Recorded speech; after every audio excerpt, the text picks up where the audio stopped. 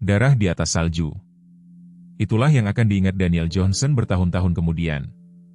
Tetesan merah menyala yang menandai pengorbanan Buddy. Tubuh German Shepherd yang kuat terkulai di tepi hutan. Napasnya tersengal-sengal membentuk awan kecil di udara Montana yang dingin. 20 yard jauhnya, sang pemburu berdiri terpaku. Senapannya masih hangat, wajahnya seperti topeng terkejut atas apa yang baru saja dia lakukan. Ya Tuhan, Johnson, aku tidak tahu, itu anjingmu, sang pria terbata-bata, menurunkan senjatanya. Namun Daniel tidak mendengarkan. Dia sudah berlutut di samping Buddy, menekan tangannya ke luka, merasakan nyawa yang keluar dari jari-jarinya. Di belakang mereka, dalam bayangan batang kayu yang tumbang, 3 pasang mata mengamati, kecil, liar, dan ketakutan. Anak-anak kucing hutan itu meringkuk lebih dalam ke tempat persembunyian mereka ketika ayah mereka, Max, muncul dengan tenang dari tepi hutan, bulu-bulunya berdiri tegak, mata emasnya tertuju pada pemandangan di depannya. Pada saat itu, ketika waktu tampak terhenti di antara detak jantung, Daniel memahami sesuatu yang mendalam tentang cinta dan kesetiaan yang melampaui batas spesies. Apa yang dimulai 3 tahun sebelumnya di jalan pedesaan yang gelap telah membawa mereka ke sini, ke daerah di atas salju dan pilihan yang akan mengubah segalanya. Montana pedesaan telah menjadi rumah Daniel Johnson selama 45 tahun hidupnya. Lembah-lembah yang luas, pegunungan yang terjal, dan hutan lebat merupakan bagian darinya seperti detak jantungnya sendiri. Properti keluarga seluas 60 hektar di luar Whitefish terletak di tepi hutan nasional, sebuah tempat perlindungan yang pernah dianggapnya biasa saja. Daniel tidak selalu menjadi dokter hewan yang lembut yang dihormati penduduk setempat sekarang. 20 tahun yang lalu, ia adalah salah satu pemandu berburu paling terkenal di wilayah tersebut, membawa wisatawan kaya untuk membunuh hewan buruan. Itu berubah pada hari putranya yang berusia 7 tahun, Michael, masuk ke hutan dan tidak pernah kembali. 3 hari pencarian berakhir dengan ditemukannya tubuh bocah itu di dekat sungai. Hilang karena hipotermia di alam liar yang tidak kenal ampun, Daniel pernah percaya bahwa ia memahaminya. Setelah kematian Michael, Daniel meletakkan senapan burunya untuk selamanya. Ia kembali ke sekolah, menjadi dokter hewan yang berspesialisasi dalam rawat hewan ternak dan satwa liar yang terluka. Istrinya, Sarah, seorang guru sekolah dasar setempat, menghadapi kesedihan mereka secara berbeda. Jika Daniel beralih keluar mencari penebusan melalui penyembuhan hewan, Sarah beralih ke dalam, senyum hangatnya kini jarang terlihat di matanya. Putri mereka, Emma, kini berusia 12 tahun, masih balita ketika ia kehilangan kakaknya. Meskipun ia tidak ingat Michael, ia tumbuh dalam bayang-bayang ketidakhadirannya. 6 bulan yang lalu, Emma mengalami kehilangan lain ketika saudara perempuan Sarah, Julie, yang tinggal bersama mereka dan membantu membesarkan Emma seperti ibu kedua, meninggal setelah sakit singkat. Satu-satunya titik terang di masa gelap itu adalah Buddy, anjing German Shepherd yang diberikan Julie kepada Emma sesaat sebelum meninggal. Buddy sendiri bukanlah orang asing bagi kesulitan. Anjing berusia 3 tahun itu diselamatkan dari rumah yang kasar, membawa bekas luka fisik dan emosional. Terlepas dari masa lalunya yang traumatis, Buddy memiliki kapasitas luar biasa untuk kelembutan dan tampak sangat protektif terhadap Emma. Rumah Johnson berdiri sebagai semacam pulau, tempat makhluk-makhluk yang terluka, baik manusia maupun hewan, dapat sembuh. Kandang mereka menampung kuda pacumantan yang buta sebelah mata bernama Captain, dan 3 kucing penyelamat berpatroli di properti untuk menangkap tikus. Yang tidak mereka ketahui adalah keluarga mereka belum lengkap dan pertemuan tak terduga pada malam Oktober yang dingin akan menguji batas apa arti keluarga. Matahari sore hari menjatuhkan bayangan panjang melintasi jalan pedesaan yang berkelok-kelok saat Daniel mengendarai truk pikapnya pulang setelah seharian bekerja keras di klinik dokter hewannya. Oktober di Montana berarti matahari terbenam awal dan hawa dingin yang menjanjikan datangnya musim dingin.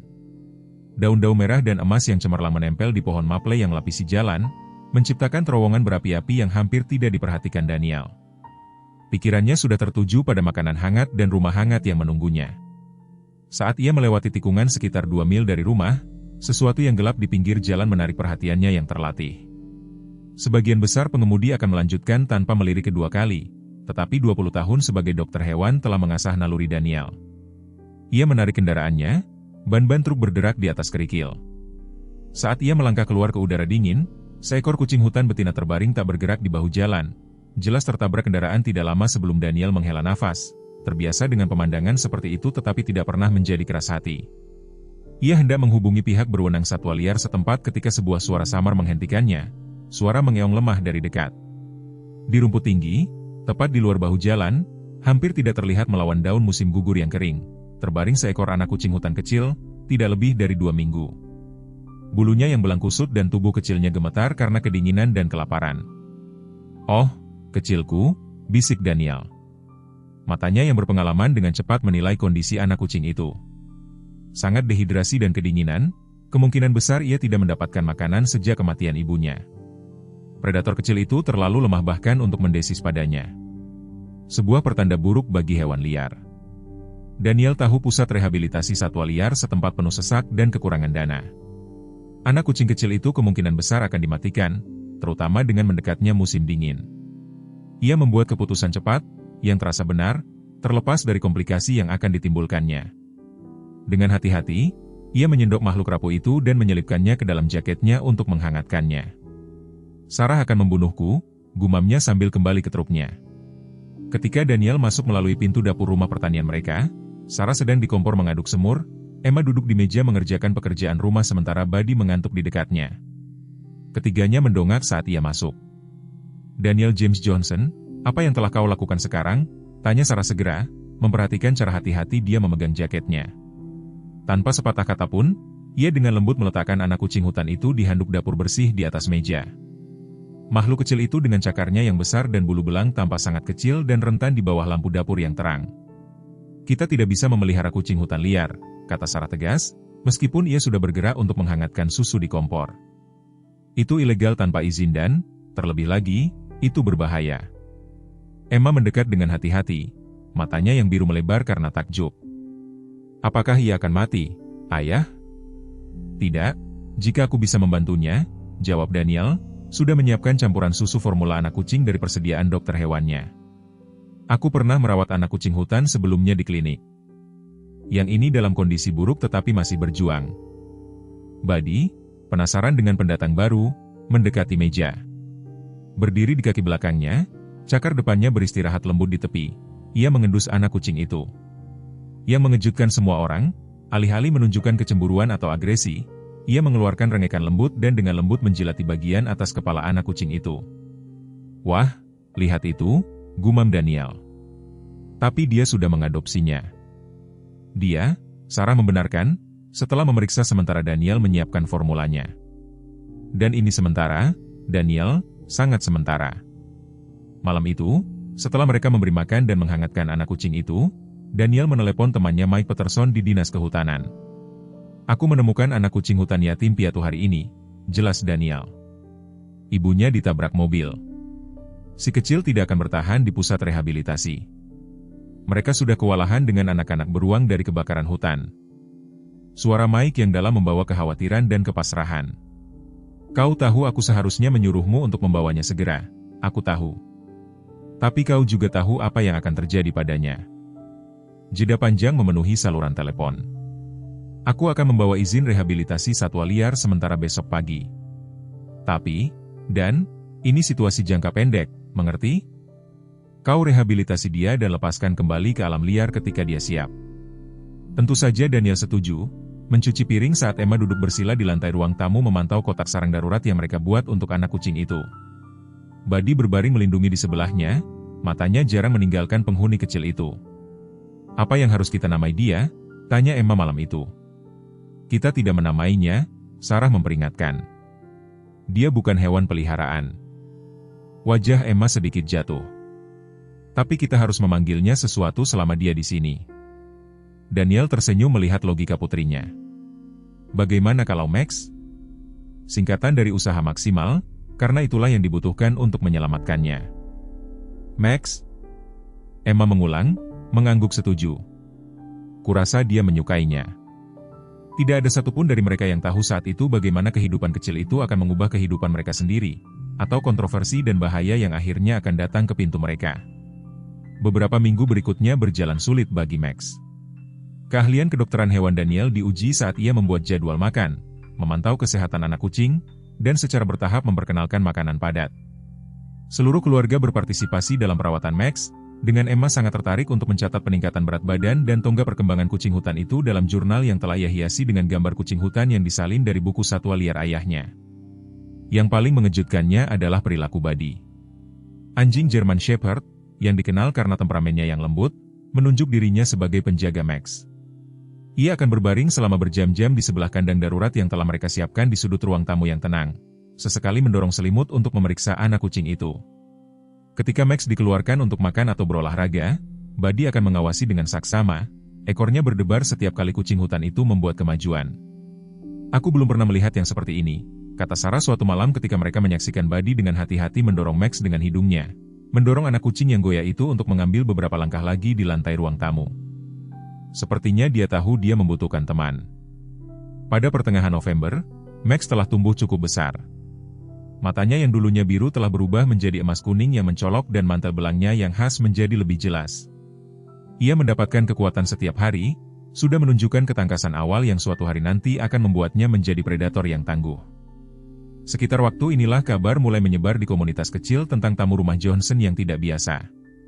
Mike telah bertindak hati-hati, tetapi di kota sekecil Whitefish, rahasia jarang tetap rahasia untuk waktu yang lama. Tanda pertama masalah muncul ketika Daniel membeli perlengkapan di toko umum. Ted S1MCH Pronunciation Kenzie, seorang pemburu dan penjebak berusia 72 tahun yang keluarganya telah tinggal di daerah itu selama beberapa generasi, mencegatnya di dekat karung pakan. "Kudengar, kau memelihara kucing liar di tempatmu, Johnson," kata lelaki tua itu, wajahnya yang kasar tampak keras. "Apakah itu benar?" Daniel tidak melihat perlunya menyangkalnya. "Anak kucing hutan yatim piatu. Kita merehabilitasi dia dengan izin yang tepat. Dia akan dilepaskan ketika dia cukup umur." Mata abu-abu Ed menyipit. "Kau seharusnya tahu lebih baik. Kucing itu tumbuh dewasa, itu akan menjadi bahaya bagi setiap hewan peliharaan dan ternak di daerah ini." Ia mencondongkan tubuh lebih dekat, menurunkan suaranya. "Dan jika aku tidak salah, kucing itu mungkin terkait dengan kucing yang membunuh anak laki-laki Anderson 5 tahun yang lalu." Daniel merasakan hawa dingin yang tidak ada hubungannya dengan udara bulan November. 5 tahun yang lalu, seorang anak laki-laki berusia 4 tahun memang diserang dan dibunuh oleh kucing hutan ketika keluarganya berkemah di hutan nasional.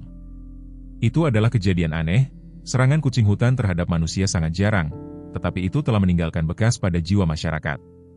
"Itu tidak mungkin diketahui," kata Daniel kepada Ted dengan tenang. "Dan kita mengambil setiap tindakan pencegahan." "Pastikan kau melakukannya," jawab Ted. "Beberapa orang di sini belum melupakan apa yang terjadi.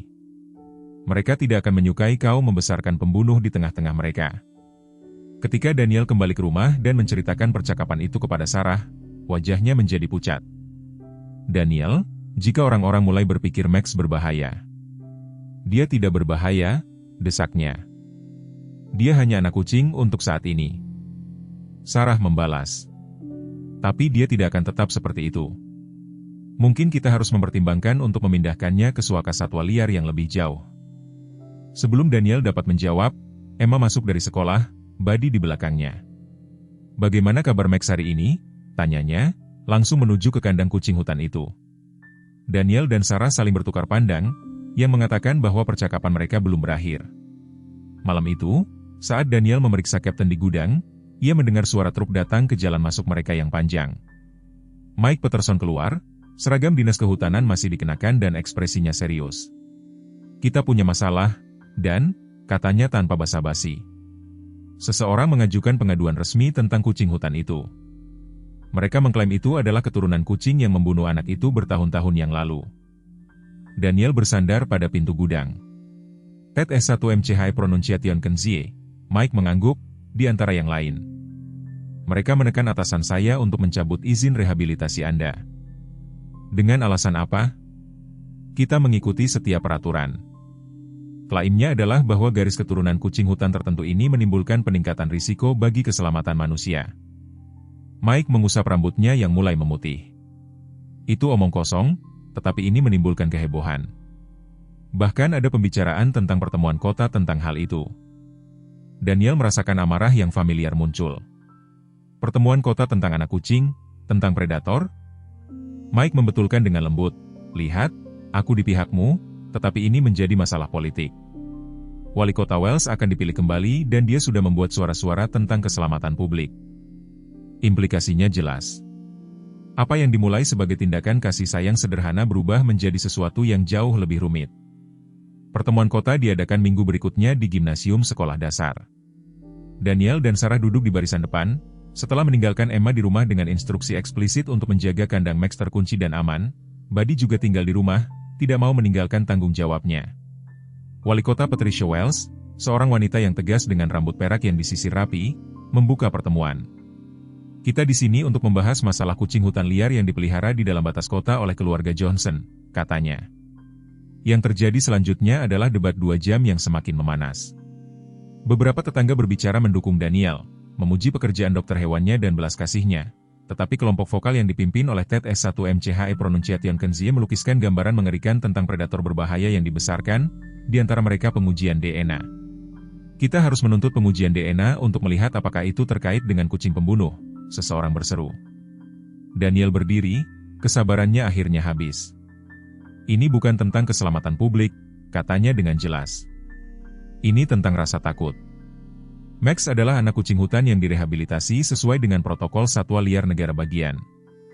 Dia akan dilepaskan ke alam liar ketika dia siap, jauh dari daerah berpenduduk. Ted S1MCHE Pronunciation Kenzie berdiri, menunjuk dengan jari yang bengkok ke Daniel. Katakan itu kepada keluarga Andersons yang mengubur anak laki-laki mereka karena salah satu kucing yang tidak berbahaya itu. Istrinya seorang guru, Johnson. Bagaimana dia bisa mendukungmu sementara kau membesarkan ancaman bagi setiap anak di kota ini? Sarah tersentak di sebelahnya dan Daniel merasakan keretakan dimulai, bukan hanya di masyarakat tetapi juga di rumahnya sendiri. Malam itu, setelah mereka kembali dan menemukan Emma tertidur di sofa di sebelah kandang Max, Buddy berdiri berjaga, ketegangan antara Daniel dan Sarah akhirnya pecah. Aku tidak bisa melakukan ini, kata Sarah, suaranya hampir tidak terdengar. Aku tidak bisa menjadi keluarga yang menyimpan hewan yang berpotensi berbahaya. Tidak setelah Michael. Penyebutan nama putra mereka menggantung di udara di antara mereka, luka yang kembali terbuka. Pada bulan Desember, Max telah tumbuh cukup besar untuk mulai menjelajahi lebih banyak rumah. Anak kucing yang dulunya kecil dan rapuh telah berkembang menjadi kucing hutan muda yang kuat dengan telinga yang berumbai khas dan kaki yang semakin kuat. Daniel dan Sarah telah lama berdiskusi tentang masa depan Max. Percakapan mereka sering dilakukan dengan nada tergesa-gesa setelah Emma tidur. Masalahnya adalah dia terikat pada kita, dan terutama pada Buddy. Jelas Daniel suatu malam saat mereka menyaksikan Max dengan main-main menerkam mainan yang dibuat Emma untuknya. Dengan kecepatan ini, dia tidak akan mengembangkan rasa takut alami terhadap manusia yang dia butuhkan untuk bertahan hidup di alam liar. Sarah duduk di meja dapur, tangannya memegang cangkir teh. Pertemuan kota telah membuatnya terguncang, dan sikap dingin dari beberapa rekan gurunya di sekolah tidak membantu. Lalu, apa pilihan kita? Kita tidak bisa memeliharanya, Daniel. Kota ini sudah terbagi dan, terus terang, begitu pula aku. Daniel tahu istrinya benar, terlepas dari keterikatannya pada Max. Memelihara kucing hutan dewasa tidak legal maupun praktis. Namun, pikiran untuk mengirim Max ke fasilitas satwa liar tempat ia kemungkinan besar akan menghabiskan hidupnya di dalam kandang terasa sama salahnya. Bagaimana dengan jalan tengah? Saran Sarah, mengejutkan Daniel. Properti kita berbatasan dengan hutan nasional. Bagaimana jika kita secara bertahap memindahkannya keluar ruangan tetapi tetap memberikan beberapa dukungan? Daniel menganggap ini pelepasan lunak. Maksudmu itu bisa berhasil, terutama dengan lahan kita. Kita perlu menyiapkan struktur yang tepat, mungkin stasiun makan yang secara bertahap dipindahkan lebih jauh dari rumah. Sarah mengangguk perlahan. Aku masih ragu, tetapi setidaknya dengan cara ini dia tidak akan sepenuhnya dijinakkan atau sepenuhnya ditinggalkan. Keesokan harinya, Daniel mulai membangun kandang luar ruangan yang memungkinkan Max untuk merasakan unsur-unsur alami sambil tetap memiliki tempat berlindung dan perlindungan. Ia menempatkannya di tepi properti mereka, tempat lahan yang terawat berubah menjadi hutan yang lebih lebat. Saat Max tumbuh, Daniel menerapkan program hati-hati untuk secara bertahap memperkenalkan kucing hutan muda itu pada keterampilan yang dibutuhkannya untuk bertahan hidup sendiri. Ia mulai membawa pulang kelinci dan tupai dari pemburu setempat, mengajari Max untuk mengaitkan barang-barang mangsa alami ini dengan makanan daripada makanan yang telah diterimanya. Emma, terlepas dari antusiasmenya, merasa transisi itu sulit. Dia milik kita, desaknya suatu malam setelah Max dipindahkan ke kandang luar ruangan. Dia sekarang bagian dari keluarga kita. Daniel duduk di samping putrinya di anak tangga beranda. Max tidak pernah dimaksudkan untuk menjadi hewan peliharaan, Emma. Dia adalah hewan liar dan bagian dari mencintainya adalah menghormati apa adanya dia. Tapi Buddy merindukannya, kata Emma, mengamati German Shepherd yang duduk dengan penuh perhatian di sebelah kandang baru, sama setia dalam tugas penjagaannya di luar ruangan seperti yang telah dilakukannya di dalam ruangan. Aku tahu, aku Daniel, tapi kita melakukan apa yang terbaik untuk Max. Pada awal musim semi, Max telah berkembang menjadi kucing hutan setengah dewasa yang mencolok. Bulunya yang dulunya lembut telah digantikan oleh mantel belang khas spesiesnya dan tubuhnya yang dulunya kecil telah berkembang menjadi otot yang ramping dan kuat. Namun terlepas dari perubahan fisik ini, ikatannya dengan Buddy tetap utuh. Aspek paling luar biasa dari hubungan mereka muncul selama jalan-jalan harian yang mulai dilakukan Daniel dan Emma dengan kedua hewan tersebut di sepanjang jalan setapak yang berkelok-kelok melalui properti mereka. Apa yang dimulai sebagai perjalanan singkat yang diawasi di dekat rumah secara bertahap meluas lebih jauh ke dalam hutan. Max akan berjalan di samping Buddy, sesekali menyambar ke semak-semak untuk melatih keterampilan berburunya sebelum kembali ke sisi German Shepherd. Sepertinya mereka memiliki bahasa mereka sendiri. Emma mengamati suatu sore bulan April saat mereka menyaksikan Max dan Buddy menjelajahi padang rumput yang penuh dengan bunga liar musim semi. Apakah kau melihat bagaimana Max membeku dan Buddy segera berhenti juga? Mereka berbicara satu sama lain entah bagaimana. Daniel mengangguk, kagum dengan komunikasi intuitif antara kedua hewan itu. Buddy mengajarinya dengan caranya sendiri. Perhatikan bagaimana dia menunggu sementara Max berlatih mengintai, tetapi tidak membiarkannya pergi terlalu jauh. Dia menjadi mentor. Saat musim semi berubah menjadi musim panas, mereka mulai membiarkan pintu kandang Max terbuka, memungkinkan dia untuk datang dan pergi sesuka hatinya. Malam pertama dia tidak kembali. Sarah menemukan Emma menangis di kamar tidurnya. Dia pergi, Bu, isaknya. Max pergi. Sarah duduk di tepi tempat tidur putrinya, membelai rambutnya. Sayang, kita selalu tahu hari ini akan datang. Max adalah hewan liar dan bagian dari mencintainya berarti membiarkannya menjadi siapa dia seharusnya. Yang tidak mereka harapkan adalah ketukan di jendela dapur. 3 hari kemudian, Buddy, yang telah sangat lesu selama ketidakhadiran Max, tiba-tiba menjadi ceria, berlari ke pintu dengan gonggongan yang bersemangat. Di sana, mengintip melalui kaca, adalah Max. Matanya yang emas, cerah dan waspada. Wah, aku tidak percaya, Daniel tertawa. Membuka pintu, Max masuk seolah-olah dia tidak pernah pergi, menggosok-gosok Buddy sebelum memeriksa mangkuk makanannya yang lama dengan penuh harap. Emma sangat gembira. Dia kembali. Dia ingat kita. Dan dia lapar, tambah Sarah, tidak dapat menyembunyikan kelegaan ketika dia mengisi mangkuk dengan makanan khusus yang dirumuskan Daniel. Ini menciptakan pola baru dalam hubungan mereka dengan Max. Dia akan menghilang selama berhari-hari, atau kadang-kadang berminggu-minggu, menjalani kehidupan mandiri sebagai kucing hutan liar. Tetapi dia akan selalu kembali, mengumumkan kehadirannya dengan ketukan di jendela atau pintu, mencari teman lamanya Buddy dan menerima kasih sayang keluarga dengan caranya sendiri. Kontroversi di kota secara bertahap mereda karena menjadi jelas bahwa Max terutama hidup di alam liar. Sebagian besar orang tampaknya menerima pengaturan yang tidak biasa itu, melihatnya sebagai kisah sukses rehabilitasi daripada ancaman. Bahkan Ted S1MCHE Pronunciation Kenzie dengan enggan mengakui bahwa kucing hutan itu tampaknya tetap berada di hutan belantara daripada berkeliaran di dekat rumah atau pertanian. Semua kecuali satu masalah yang terus-menerus. James Harrington, seorang pengembang berusia 60 tahun dari Missoula, telah membeli sebidang tanah besar yang berdekatan dengan properti Johnson dengan rencana untuk membangun resor mewah. Pembangunan yang diusulkan akan menghancurkan ratusan hektar habitat satwa liar utama, termasuk tempat berburu yang sekarang sering dikunjungi Max. Mereka tidak bisa begitu saja membuldoser seluruh area itu, Daniel mengamuk, setelah pertemuan perencanaan komunitas tempat Harrington telah meluncurkan proposalnya. Hutan itu mendukung banyak spesies, bukan hanya Max. Itu tanah pribadi, Sarah mengingatkannya. Harrington berhak untuk mengembangkannya. Mungkin secara hukum, tetapi tidak secara moral, jawab Daniel. Pasti ada sesuatu yang bisa kita lakukan. Garis pertempuran telah ditarik, dengan keluarga Johnson mendapati diri mereka berada di pusat kontroversi lingkungan yang lebih besar. Daniel menghubungi kelompok konservasi, sementara Emma memulai petisi di sekolahnya. Sarah, terlepas dari keraguan awalnya tentang Max, mendapati dirinya tertarik untuk berjuang untuk melindungi ruang liar di sekitar rumah mereka. Sementara itu, Max terus tumbuh menjadi kucing hutan dewasa yang luar biasa. Pada saat musim gugur kembali, menandai 1 tahun penuh sejak Daniel menemukannya, ia hampir 2 kali ukuran Buddy, dengan kaki yang kuat dan ekor kucing khas spesiesnya. Kunjungannya menjadi kurang sering tetapi tidak kurang istimewa, terutama bagi Buddy, yang akan menyambut teman lamanya dengan kegembiraan yang sama setiap kali. Dia menjalani kompromi yang sempurna, kata Daniel kepada Mike selama salah satu kunjungan temannya. Liar, tetapi bukan asing bagi kebaikan. Mike mengangguk sambil berpikir. Sungguh luar biasa. Aku belum pernah melihat yang seperti ini dalam 30 tahun di Dinas Kehutanan.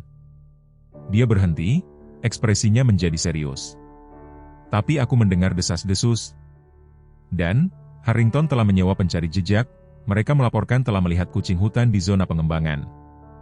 Dia menggunakannya sebagai alasan untuk mendorong pengendalian predator sebelum konstruksi dimulai. Daniel merasakan simpul dingin terbentuk di perutnya. Dia tidak bisa begitu saja membunuh satwa liar karena itu tidak nyaman untuk rencana resornya. Tidak secara hukum, Mike setuju. Tapi kecelakaan terjadi dan selalu ada penduduk setempat yang bersedia mengambil tindakan sendiri ketika menyangkut predator. Daniel segera meningkatkan kewaspadaannya, menghabiskan lebih banyak waktu untuk melacak pergerakan Max dan memastikan dia menjauh dari properti Harrington. Namun, kucing hutan itu mengikuti nalurinya sendiri, yang tidak termasuk menghormati batas properti manusia. Suatu pagi bulan November yang dingin, Daniel sedang memeriksa kamera jejak yang telah ia pasang untuk memantau pergerakan satwa liar ketika ia menemukan gambar yang mengganggu. Pria-pria dengan senapan diperlihatkan berjalan di hutan tepat di luar batas properti mereka, jelas mencari sesuatu. Dalam satu bingkai, seorang pria menunjuk ke tanah, tampaknya mengidentifikasi jejak kaki. Ketakutan Daniel dikonfirmasi ketika ia berhenti di toko umum siang itu dan mendengar Ted S1MCH Pronunciation Kenzie berbicara dengan dua pria yang lebih muda. Cukup awasi kucing hutan betina, lebih besar dari rata-rata, pola belang khas di sisi kanan, kata Ted. Harrington menawarkan $500 untuk bukti bahwa itu telah ditangani. Daniel melangkah maju, tidak dapat menahan amarahnya. Jadi dia telah memberikan imbalan untuk kepalanya. Inilah yang telah terjadi. Ted menoleh tanpa terkejut melihat Daniel. Ini bukan urusan pribadi, Johnson, ini bisnis. Keberadaan kucing itu menghambat jutaan dolar dalam pengembangan dan pekerjaan untuk masyarakat. Kucing itu punya nama, bantah Daniel, dan dia memiliki hak yang sama atas hutan itu seperti kita semua. Bahkan lebih sebenarnya, karena itu adalah habitat alaminya. Ekspresi Ted menjadi keras. Kau mungkin ingin menjaga anjingmu itu dekat rumah untuk sementara waktu. Tidak akan ingin sesuatu terjadi padanya jika dia berlari dengan predator berbahaya. Ancaman itu tidak dapat disangkal dan Daniel pulang dengan gemetar. Pada malam itu, Daniel dan Sarah terlibat pertengkaran paling sengit sejak Max hadir dalam hidup mereka. Ini sudah keterlaluan, kata Sarah, suaranya bergetar karena marah dan takut. Mereka sekarang mengancam Buddy. Lalu apa selanjutnya, Emma? Kamu? Jadi kita menyerah saja? Tanya Daniel. Biarkan mereka membunuh Max dan meratakan habitatnya karena pengembang kaya ingin membangun taman bermain untuk orang kaya lainnya? Ini bukan hanya tentang seekor kucing liar lagi, balas Sarah. Ini tentang keselamatan keluarga kita. Kamu mengutamakan obsesimu untuk menyelamatkan Max di atas segalanya. Tuduhan itu menusuk Daniel seperti pukulan fisik. Itu tidak adil, bukan? Mata Sarah berkaca-kaca. Pertama Michael, sekarang ini. Kamu tidak bisa menyelamatkan putra kita, jadi kamu mencoba menyelamatkan semuanya, berapapun biayanya, bagi mereka yang masih ada. Sebutan tentang putra mereka membungkam mereka berdua. Emma, yang mendengarkan dari lorong, lari ke kamarnya sambil menangis. Buddy, merasakan ketegangan, bergerak gelisah di antara mereka, merintih pelan. Malam itu juga, setelah semua orang tidur, Daniel duduk sendirian di beranda, napasnya membentuk awan di udara dingin. Dia mendengar suara langkah kaki yang pelan dan mendongak untuk melihat Buddy turun dari tangga, diikuti oleh siluet yang familiar. Max muncul dari bayangan, gerakannya mengalir dan senyap. Dia mendekat dengan hati-hati seperti biasa, mempertahankan martabatnya yang liar, tetapi cukup dekat bagi Daniel untuk melihat napasnya mengepul di bawah sinar bulan. Hai, gadisku, katanya lembut. Kau telah mengaduk sarang lebah. Max memandangnya dengan mata emas yang tak berkedip, lalu mengalihkan perhatiannya ke Buddy, yang telah duduk di kaki Daniel. Kedua hewan itu saling menyapa dengan ritual mereka. Busur main Buddy bertemu dengan pukulan lembut cakar Max ke telinganya. Melihat mereka, Daniel merasakan tanggung jawab yang mendalam. Dia telah memulai semua peristiwa ini pada hari dia mengambil anak kucing yatim itu. Sekarang dia perlu menemukan cara untuk melindungi Max dan keluarganya. Keesokan paginya, Daniel menelepon Mike. "Aku butuh bantuanmu," katanya, bukan sebagai petugas dinas kehutanan tetapi sebagai teman. Bersama-sama mereka menyusun rencana. Jika mereka dapat mendokumentasikan keberadaan dan perilaku Max secara ilmiah, mereka mungkin dapat menantang klaim Harrington tentang ancaman predator. Mike menghubungi seorang kolega ahli biologi satwa liar di Universitas Montana yang menghususkan diri dalam perilaku kucing besar. Dr. Eleanor Harper tiba pada akhir pekan berikutnya membawa peralatan pelacakan dan perangkap kamera yang jauh lebih canggih daripada kamera jejak Daniel. Seorang wanita mungil dengan rambut hitam beruban dan fokus yang intens, dia tidak membuang waktu untuk menyiapkan peralatannya di seluruh area hutan yang sering dikunjungi Max. "Jika kita dapat mendokumentasikan perilaku alami yang tidak menunjukkan agresi terhadap manusia, kita mungkin dapat membuat kasus untuk perlindungan," jelasnya, terutama jika kita dapat menunjukkan bahwa kucing liar ini sebenarnya membantu mengendalikan populasi hewan pengerat yang jika tidak akan merusak ekosistem hutan. Selama 2 minggu Dr. Harper memantau pergerakan Max, kadang-kadang melihat sekilas kucing liar itu secara langsung. Dia sangat tertarik pada hubungan antara Max dan Buddy, yang didokumentasikannya secara ekstensif. "Dalam semua tahun saya mempelajari Felidae liar, saya belum pernah melihat yang seperti ini," katanya suatu malam ketika mereka meninjau rekaman Max dan Buddy yang bepergian bersama melalui hutan. "Ini menantang apa yang kita pikir kita ketahui tentang rehabilitasi satwa liar dan ikatan antar spesies." Minat ilmiah pada kasus Max mulai mengubah opini masyarakat setempat. Ketika Dr. Harper memberikan presentasi di pusat komunitas, berbagi rekaman menakjubkan tentang perilaku berburu alami kucing liar itu dan persahabatannya yang tidak biasa dengan Buddy, banyak penduduk mulai melihat situasi secara berbeda. Ini bukan predator berbahaya yang mengintai di pinggiran kota. Ini adalah hewan luar biasa yang ceritanya unik bagi komunitas mereka. Bahkan beberapa pendukung Harrington mulai mempertanyakan apakah pembangunan resor itu layak menghancurkan habitat satwa liar yang istimewa tersebut. Surat kabar lokal mengangkat cerita ini dan segera Max menjadi semacam selebriti di luar Witevis. Daniel mulai berharap bahwa opini publik mungkin memaksa Harrington untuk memodifikasi rencana pembangunannya, tetapi dia meremehkan tekad dan sumber daya pengembang tersebut. Suatu malam di awal bulan Desember, ketika salju tebal pertama musim dingin menyelimuti hutan, Daniel menerima telepon dari Mike. "Orang-orang Harrington ada di sana sekarang," kata temannya, suaranya mendesak. "Mereka mengklaim telah menemukan bukti pemangsaan ternak di peternakan tetangga, bekas cakar di anak sapi yang mati. Mereka memiliki izin berburu untuk pengendalian predator." Daniel segera tahu bahwa Max sedang dijebak. Dia tidak berburu ternak. Dia tidak pernah. "Aku tahu itu dan kau tahu itu. Tapi mereka punya izin. Mereka sedang membentuk pesta berburu sekarang." Ted memimpin mereka. Daniel melihat keluar jendela ke salju yang turun, memikirkan Max di suatu tempat di hutan, tidak menyadari bahaya yang mengarah padanya. Dia mengambil mantelnya. "Mau kemana?" tanya Sarah, khawatir dengan gerakannya yang tiba-tiba. "Aku harus memperingatkannya," kata Daniel, suaranya sedikit pecah. "Entah bagaimana aku harus menemukannya sebelum mereka." Sarah berdiri di ambang pintu, ekspresinya bercampur aduk. Setelah beberapa saat dia mengambil mantelnya sendiri. "Aku ikut." 3 tahun telah berlalu sejak malam itu ketika Daniel dan Sarah pergi ke hutan bersalju untuk memperingatkan Max tentang pesta berburu. Banyak yang telah berubah dalam waktu itu. Pembangunan Harrington telah terhenti, di tengah tantangan hukum dan meningkatnya penentangan masyarakat.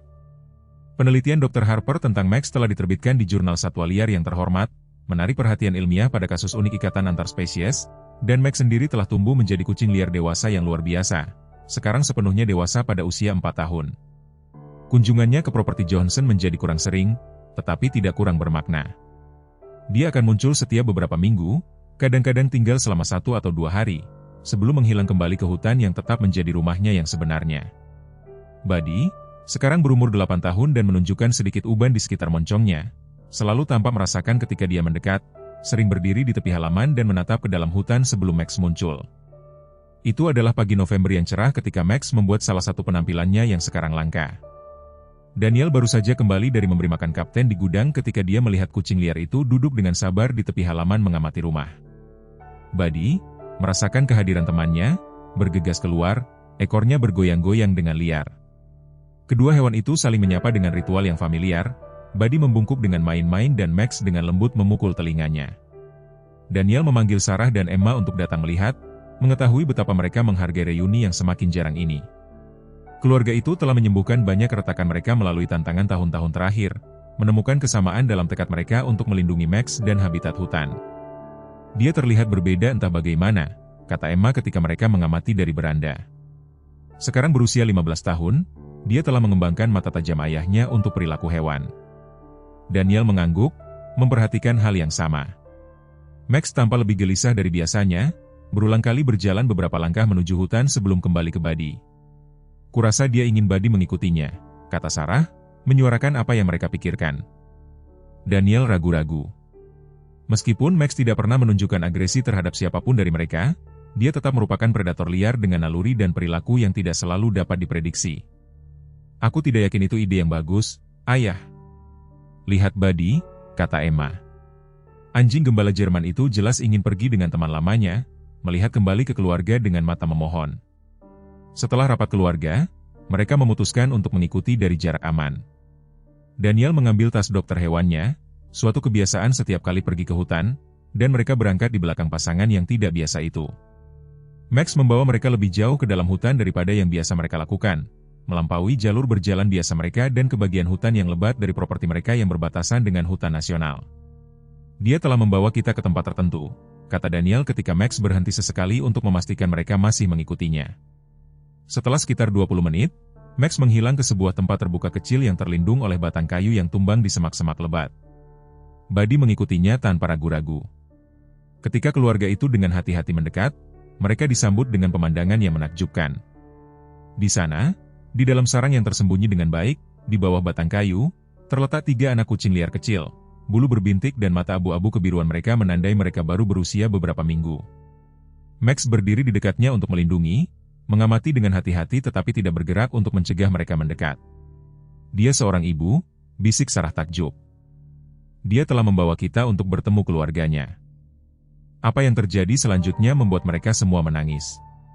Buddy mendekati anak-anak kucing dengan kelembutan yang luar biasa, berbaring di samping sarang. Yang mengejutkan semua orang, Max mendorong keturunannya ke arah anjing gembala Jerman. Satu persatu, anak kucing yang penasaran itu tertatih-tatih ke Buddy, yang mulai dengan hati-hati menjilati dan merawat mereka seolah-olah mereka adalah anak anjingnya sendiri. Sepertinya dia memperkenalkan anak-anaknya kepada paman mereka, kata Emma pelan, atau meminta teman lamanya untuk membantu melindunginya. Daniel menyarankan, pikiran dokter hewannya sudah menilai kesehatan anak kucing. Aku tidak melihat tanda-tanda ibu. Aku ingin tahu apakah ada sesuatu yang terjadi padanya. Seolah-olah membenarkan kecurigaan Daniel, Max mendekati Buddy dan anak-anak kucing, duduk di samping mereka dengan cara yang tampaknya menyampaikan kepercayaan dan ketergantungan. Daniel, kata Sarah pelan. Kurasa dia telah membawa mereka kepada kita untuk meminta bantuan. Pada saat itu, keluarga Johnson memahami kedalaman ikatan yang telah mereka bentuk dengan makhluk liar ini. Max bukan hanya berkunjung, dia sedang mencari bantuan dari satu-satunya keluarga lain yang pernah dia kenal. Keesokan harinya Daniel menelepon Dr. Harper. Ahli biologi satwa liar itu tiba dalam beberapa jam, kegembiraannya hampir tidak terbendung saat dia memasang peralatan pengamatan di dekat sarang. Ini belum pernah terjadi sebelumnya, katanya terus-menerus. Seekor kucing liar sengaja mencari bantuan dari manusia dan seekor anjing peliharaan untuk keturunannya. Setelah pengamatan yang cermat, Dr. Harper membenarkan kecurigaan Daniel bahwa ibu anak kucing itu memang tidak ada. Berdasarkan perkembangan mereka, saya akan mengatakan anak kucing ini memiliki ayah yang berbeda. Untuk Max, jelasnya, pada kucing liar betina terkadang berbagi tempat atau membantu dalam membesarkan anak kucing, meskipun jarang terjadi. Pasti ada sesuatu yang terjadi pada ibunya. Dengan bimbingan dari Mike dan izin pengasuhan satwa liar darurat yang tepat, keluarga itu membangun sistem pendukung untuk Max dan anak-anak kucingnya. Mereka membangun stasiun makan terlindung di dekat sarang dan bergiliran dengan Daniel melakukan kunjungan harian untuk memeriksa kesehatan anak kucing. Pemandu berburu, benar? Bahkan, Anda berspesialisasi dalam perburuan predator, bukan? Ruangan sidang telah benar-benar sunyi. Bahkan hakim tampak terkejut oleh jalur pertanyaan ini. Itu adalah masa yang berbeda dalam hidup saya, kata Daniel pelan. Jadi transformasi Anda dari pemburu menjadi pelindung satwa liar terjadi tepatnya kapan? Dan mungkin itu ada hubungannya dengan kematian tragis putra Anda, Michael, 15 tahun yang lalu? Sarah tersentak keras dari kursinya di galeri. Jaksa penuntut berdiri. Keberatan, Yang Mulia. Relevansi. Dan ini mendekati intimidasi saksi. Diterima, hakim memutuskan dengan tajam. Para pengacara mendekati bangku hakim. Saat para pengacara berunding dengan hakim dengan suara pelan, Daniel menangkap pandangan Sarah di seberang ruang sidang. Wajahnya mencerminkan rasa sakitnya sendiri. Luka kematian Michael telah dibuka kembali dengan cara yang paling publik dan tidak berperasaan. Ketika pemeriksaan dilanjutkan, pengacara pembela telah ditahan dengan tegas, tetapi kerusakan telah terjadi. Masyarakat sekarang tahu tentang masa lalu Daniel sebagai pemburu dan tragedi pribadi yang telah membentuk kembali hidupnya. Apa yang telah menjadi kasus tentang seorang pria yang menembak seekor anjing telah menjadi pembedahan publik atas rasa sakit terdalam keluarga Johnson. Malam itu, saat mereka pulang dalam diam, Emma akhirnya mengajukan pertanyaan yang menggantung di udara. Apakah itu benar, Ayah? Apakah kau benar-benar pemandu berburu? Apakah kau berburu hewan seperti Max? Tangan Daniel menegang pada setir. Ya, akunya, selama bertahun-tahun sebelum kau lahir. Begitulah cara aku mencari nafkah. Aku pandai dalam hal itu dan aku tidak banyak mempertanyakannya saat itu. Apa yang berubah? Tanya Emma, suaranya kecil. Daniel melirik Sarah, yang mengangguk sedikit, mendorongnya untuk melanjutkan. Setelah kakakmu meninggal, katanya, kata-kata itu sulit untuk dibentuk. Aku tidak bisa memandang hutan dengan cara yang sama. Michael sangat mencintai hewan. Dia selalu menyelamatkan makhluk yang terluka, burung dengan sayap patah, kelinci bayi, bahkan anak rubah sekali. Dia baru berusia 7 tahun, tetapi dia memiliki kasih sayang yang luar biasa. Daniel berhenti, menelan ludah sebelum melanjutkan. Pada hari dia tersesat, dia mengikuti anak rusa ke dalam hutan di belakang rumah lama kita. Dia hanya ingin memastikan rusa itu menemukan ibunya. Ketika kita tidak dapat menemukannya sebelum malam tiba, ya, sesuatu patah dalam diriku. Aku tidak bisa menjadi orang yang mengambil nyawa dari hutan lagi. Bukan ketika hutan telah mengambil putraku. Emma merangkul ke depan dari kursi belakang, meletakkan tangannya di bahu ayahnya. Kurasa Michael akan bangga padamu, Ayah, dan kurasa dia akan mencintai Max. Daniel menutupi tangannya dengan tangannya sendiri. Kurasa begitu juga, sayang. Persidangan berakhir 3 hari kemudian, dengan Lucas Barrett dihukum atas semua tuduhan, meskipun hukumannya ditunda menunggu evaluasi psikologis. Pengungkapan tentang masa lalu Daniel dan kematian putranya secara tak terduga menggeser opini publik mendukung keluarga Johnson. Orang-orang yang ragu-ragu tentang situasi kucing hutan sekarang melihat transformasi Daniel sebagai kisah yang menyentuh tentang penebusan dan penyembuhan. Wali kota Patricia Wells menyadari perubahan sentimen, mendekati Daniel dan Sarah setelah persidangan. Dewan Kota telah membahas sebuah proposal, katanya. Kami ingin secara resmi menetapkan koridor satwa liar sebagai peringatan untuk putra Anda, Cagar Alam Satwa Liar Michael Johnson Memorial. Itu akan menjadi penghormatan yang tepat, kurasa. Di luar kendali oleh isyarat itu, Daniel hanya bisa mengangguk terima kasih. Saat musim dingin semakin dalam, pemulihan Buddy berjalan lambat. Kerusakan pada bahunya permanen. Dia akan selalu pincang dan mobilitasnya berkurang di kaki depannya yang kiri, tetapi semangatnya tetap tidak padam, terutama ketika Max berkunjung. Kucing hutan itu tampaknya memahami keterbatasannya, memoderasi permainan mereka untuk mengakomodasi cederanya. Dr. Harper melanjutkan penelitiannya, mendokumentasikan hubungan yang berkembang antara anjing tua dan kucing hutan liar. Apa yang kita lihat di sini menantang pemahaman mendasar kita tentang hubungan antar spesies, jelasnya selama presentasi di University of Montana. Max menunjukkan tingkat empati dan perilaku sosial adaptif yang sebelumnya dianggap tidak mungkin dalam spesiesnya. Pusat pendidikan di tepi cagar alam satwa liar selesai pada bulan Februari, menampilkan pameran ekstensif tentang ekologi lokal dan bagian khusus yang didedikasikan untuk kisah Max dan Buddy.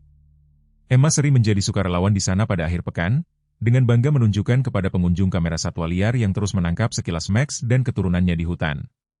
Pada suatu malam Maret yang dingin, saat Sarah sedang memeriksa pekerjaan siswa di meja dapur, dia melihat ke atas untuk melihat Daniel berdiri di jendela belakang menatap kegelapan. Dia bergabung dengannya, mengikuti pandangannya ke penanda kuburan kecil dan sunyi, terlihat dalam cahaya bulan di bukit di belakang properti mereka, tempat peristirahatan Michael. Aku belum pernah memberitahumu ini, kata Daniel pelan. Tetapi kadang-kadang ketika aku sendirian di sana mengunjungi Michael, Max juga datang. Sarah menatapnya dengan terkejut. Kucing hutan itu pergi ke kuburannya? Daniel mengangguk. Pertama kali itu terjadi sekitar 2 tahun yang lalu. Aku sedang duduk di sana berbicara dengannya, kau tahu bagaimana aku melakukannya. Dan tiba-tiba Max ada di sana, duduk beberapa meter jauhnya, mengawasiku. Dia tidak mendekat, hanya tinggal sebentar dan kemudian pergi. Apakah itu sering terjadi? Mungkin setengah lusin kali, kata Daniel. Selalu ketika aku sendirian. Mungkin itu hanya kebetulan. Dia sedang berpatroli di wilayahnya dan kebetulan menemukan aku. Tetapi kadang-kadang aku bertanya-tanya apakah dia entah bagaimana merasakan hubungan itu, alasan mengapa hidupnya diselamatkan. Sarah menyandarkan kepalanya ke bahunya. Mungkin dia memang merasakannya. Ada begitu banyak yang tidak kita mengerti tentang bagaimana hewan memandang dunia. Minggu berikutnya membawa pengunjung tak terduga ke pintu mereka. James Harrington, pengembang, telah mempertahankan profil rendah sejak mengurangi rencana resornya untuk mengakomodasi cagar alam satwa liar, berfokus pada usaha yang lebih kecil tetapi masih menguntungkan yang sekarang sedang dibangun. Aku berutang permintaan maaf padamu, kata Harrington tanpa basa-basi, ketika Daniel mengundangnya masuk. Aku begitu fokus pada apa yang ingin kubangun sehingga aku tidak bisa melihat apa yang sudah ada di sini. Sesuatu yang luar biasa. Daniel memandangnya dengan hati-hati. Apa yang menyebabkan perubahan hati ini? Harrington ragu-ragu, lalu mengeluarkan teleponnya dan menunjukkan foto kepada Daniel. Itu adalah gambar Max yang jelas, diambil saat fajar, berdiri di tepi hutan, menatap langsung ke kamera. Dia mengunjungi propertiku kemarin pagi, hanya berdiri di sana mengawasiku minum kopi di dek, lalu menghilang kembali ke pepohonan. Itu merendahkan, entah bagaimana. Dia menyimpan teleponnya. Aku telah memikirkan Michael, putra Anda, tentang apa yang Wali Kota Wells usulkan dengan cagar alam peringatan itu.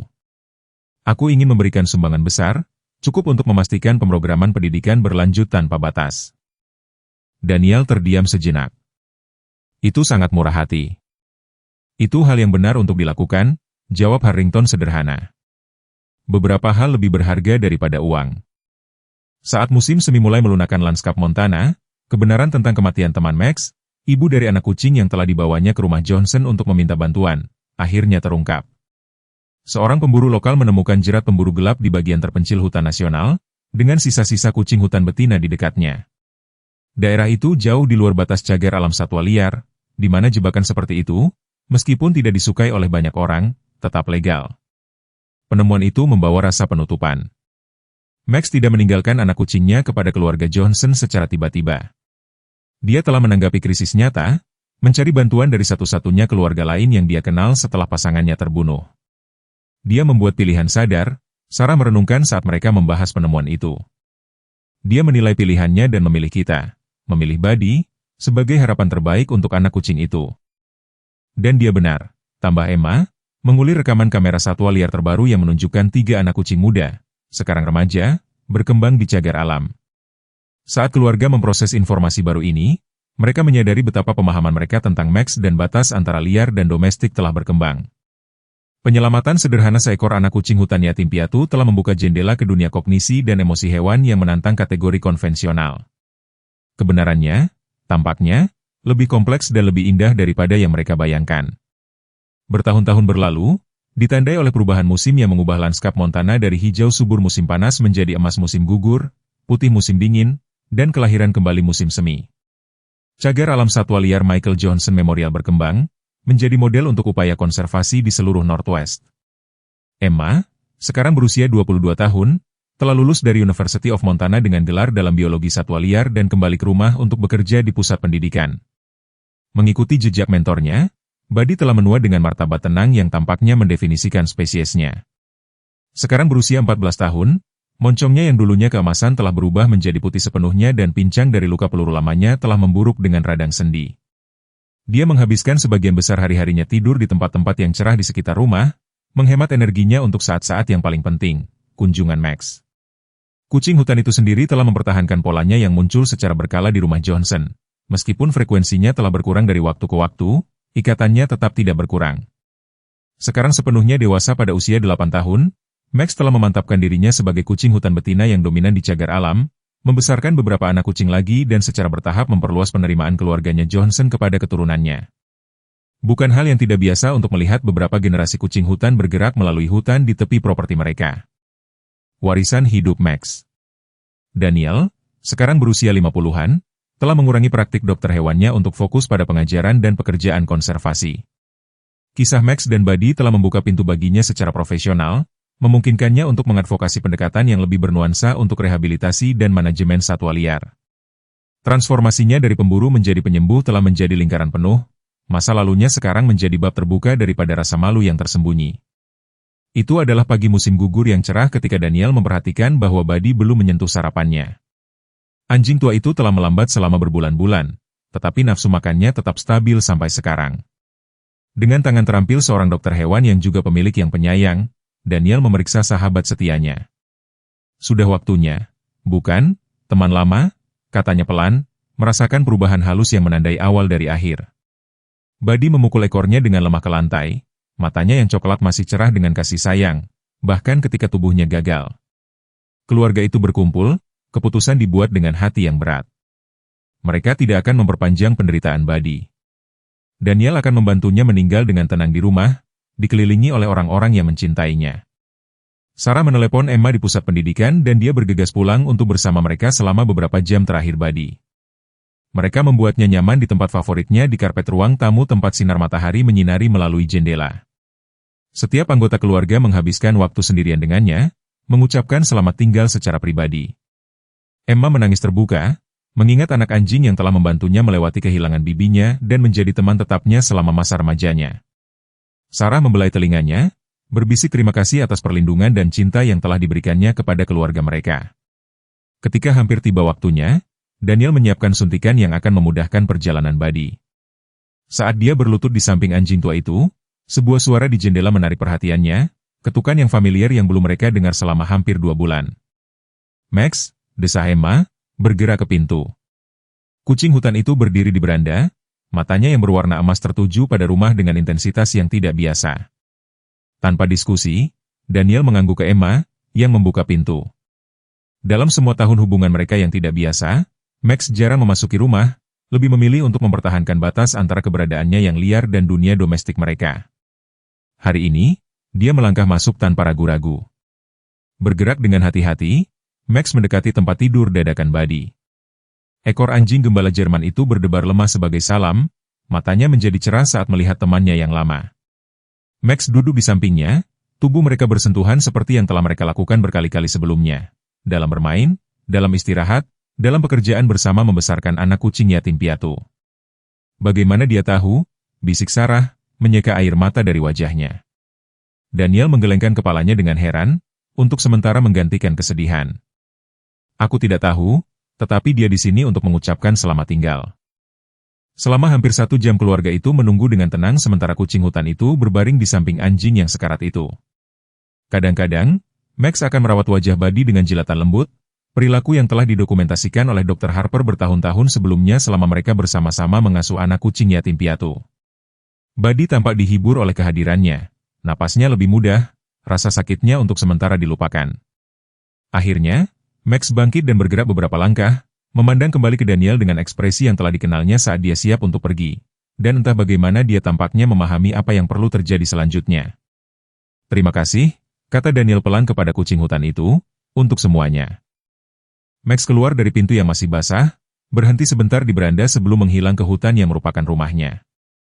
Dengan keluarganya berkumpul di sekitarnya, Buddy melewati ambang batas dengan damai, tangan Daniel yang mantap membimbingnya dengan perawatan yang sama seperti yang telah dia tunjukkan sejak hari mereka bertemu. Mereka menguburnya di bukit di belakang rumah, di dekat kuburan Michael, menandai tempat itu dengan batu sederhana. Pada hari-hari berikutnya, keluarga itu melewati kesedihan mereka, menemukan kenyamanan dalam rutinitas dan dalam kenangan 14 tahun bersama seekor anjing yang luar biasa. Emma melanjutkan pekerjaannya di pusat pendidikan, mengembangkan program baru tentang kognisi hewan dan ikatan emosional yang menampilkan kisah Buddy dan Max sebagai pusatnya. Sarah mencurahkan dirinya untuk merencanakan tahun ajaran yang akan datang, memasukkan lebih banyak pendidikan lingkungan ke dalam kurikulumnya. Daniel mendapati dirinya tertarik pada hutan, berjalan di sepanjang jalan setapak tempat Buddy dan Max pernah berkeliaran bersama. Seminggu setelah kepergian Buddy, dia mengunjungi tempat pemakaman sendirian, berbicara pelan kepada putra dan anjingnya, seperti yang biasa dilakukannya. Hari musim gugur itu cerah dan jernih, hutan bersiap untuk kedatangan musim dingin dengan semburan warna terakhir. Saat dia duduk di bangku yang telah mereka tempatkan di dekat kuburan, Daniel menyadari adanya kehadiran di dekatnya. Max muncul dari pepohonan, bergerak dengan anggun terukur yang menandai setiap tindakannya. Di mulutnya dia membawa sesuatu, seekor kelinci yang baru saja ditangkap. Dengan langkah yang disengaja, dia mendekati makam Buddy dan meletakkan kelinci itu di dasar batu peringatan. Dia melihat Daniel, matanya yang berwarna emas bertemu dengannya untuk sesaat yang lama penuh koneksi tanpa kata. Kemudian, dengan kesengajaan yang sama, dia berjalan ke makam Michael dan duduk di sampingnya. Posturnya mencerminkan kewaspadaan tenang yang sama yang telah dia pertahankan di samping kandang Buddy setelah penembakan bertahun-tahun sebelumnya. Daniel tetap tidak bergerak, diliputi emosi. Arti dari isyarat Max tidak hilang padanya. Dalam istilah kucing hutan, dia telah membawa hadiah, persembahan rasa hormat dan perpisahan. Bahwa dia memasukkan Michael dalam ritual peringatan ini tampaknya melampaui perilaku hewan sederhana, menyentuh sesuatu yang lebih dalam dan lebih mendalam daripada yang dapat dijelaskan oleh sains dengan mudah. Ketika dia akhirnya menemukan suaranya, itu kasar karena air mata. Mereka berdua akan sangat bangga padamu, katanya kepada kucing hutan itu, dan sangat bersyukur atas persahabatanmu. Max tetap tinggal mungkin selama 1 jam sebelum diam-diam pergi, meninggalkan Daniel dengan rasa damai yang tidak diharapkan akan ditemukan begitu cepat setelah kematian Buddy. Ketika dia kembali ke rumah dan menceritakan pengalaman itu kepada Sarah dan Emma, mereka menangis bersama, bukan hanya dalam kesedihan tetapi juga dalam kekaguman atas kedalaman koneksi yang telah berkembang antara keluarga mereka dan makhluk liar ini. Kisah hadiah terakhir Max untuk Buddy menyebar ke seluruh masyarakat, menambahkan bab luar biasa lain pada apa yang sudah dianggap sebagai kisah luar biasa tentang ikatan antar spesies.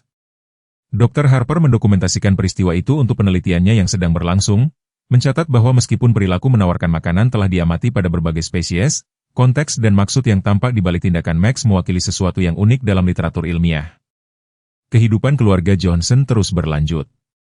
Musim semi berikutnya mereka mengadopsi seekor anak anjing German Shepherd muda dari sebuah organisasi penyelamat. Seekor betina yang mereka beri nama Scout, diambil dari tokoh kesayangan Emma dalam buku. Meskipun tidak ada anjing yang dapat menggantikan Buddy, Scout membawa energi dan kegembiraan baru ke rumah mereka. Yang mengejutkan mereka, Max tampaknya menerima tambahan baru itu dengan toleransi yang sama seperti yang dia tunjukkan kepada Buddy bertahun-tahun sebelumnya. Dalam kunjungannya yang semakin jarang, dia akan mengamati Scout dari kejauhan, secara bertahap mengizinkan anjing muda itu mendekat di bawah pengawasan ketat. Hubungannya tidak sama seperti dengan Buddy, kata Emma saat mereka menyaksikan interaksi yang hati-hati. Tapi dia memberi Scout kesempatan, jawab Sarah, kebijaksanaan gurunya terlihat jelas. Max sudah tua sekarang, dengan kebutuhan dan prioritas yang berbeda. Begitu pula kita semua. Pusat pendidikan terus berkembang, dengan ribuan pengunjung setiap tahun datang untuk mempelajari tentang suaka marga satwa dan kisah luar biasa di jantungnya. Emma sering menjawab pertanyaan tentang Max. Apakah dia masih hidup? Apakah dia masih berkunjung? Apakah ceritanya benar-benar nyata? Jawabannya selalu diberikan dengan hati-hati. Ya, kucing hutan itu masih sesekali berkunjung. Ya, ikatan itu memang nyata. Dan ya, masih banyak yang harus dipelajari tentang kapasitas emosional dan kognitif hewan, baik liar maupun domestik. Daniel menemukan kedamaian dalam hidupnya yang telah menghindarinya sejak kematian Michael. Suaka yang menyandang nama putranya telah menjadi monumen hidup, melindungi alam liar yang dicintai Michael dan mendidik generasi baru tentang pentingnya konservasi. Rasa sakit kehilangan tidak akan pernah sepenuhnya hilang, tetapi telah berubah menjadi sesuatu yang bermakna dan abadi. Pada malam-malam musim dingin yang tenang, ketika salju pertama turun dengan sunyi di hutan Montana, keluarga Johnson terkadang menangkap sekilas bayangan kekuningan dengan bulu belang yang khas, berhenti di tepi halaman mereka, seolah-olah mengingat teman-teman lama dan keluarga yang pernah menjadi miliknya. Mereka tidak lagi mencoba untuk mengabadikan momen-momen ini dengan kamera atau mendokumentasikannya untuk penelitian. Beberapa hal yang telah mereka pelajari hanya dimaksudkan untuk dialami, dihormati, dan disimpan di dalam hati, liar, berharga, dan pada akhirnya, di luar pemahaman kita sepenuhnya. Ketika kita mencapai usia emas kita sering merenungkan batasan yang telah kita ciptakan antara manusia dan hewan, antara liar dan jinak, antara mereka yang telah kita kehilangan dan mereka yang masih ada. Kisah Max dan Buddy mengingatkan kita bahwa batasan-batasan ini lebih permeabel daripada yang kita yakini sebelumnya. Seperti Daniel Johnson, banyak dari kita telah mengalami kehilangan yang mendalam yang membentuk kembali pemahaman kita tentang dunia. Kita telah mengetahui kesedihan mengubur anak, pasangan, atau hewan peliharaan kesayangan. Kita telah merasakan beban penyesalan atas jalan yang tidak ditempuh dan kesalahan yang tidak dapat kita perbaiki.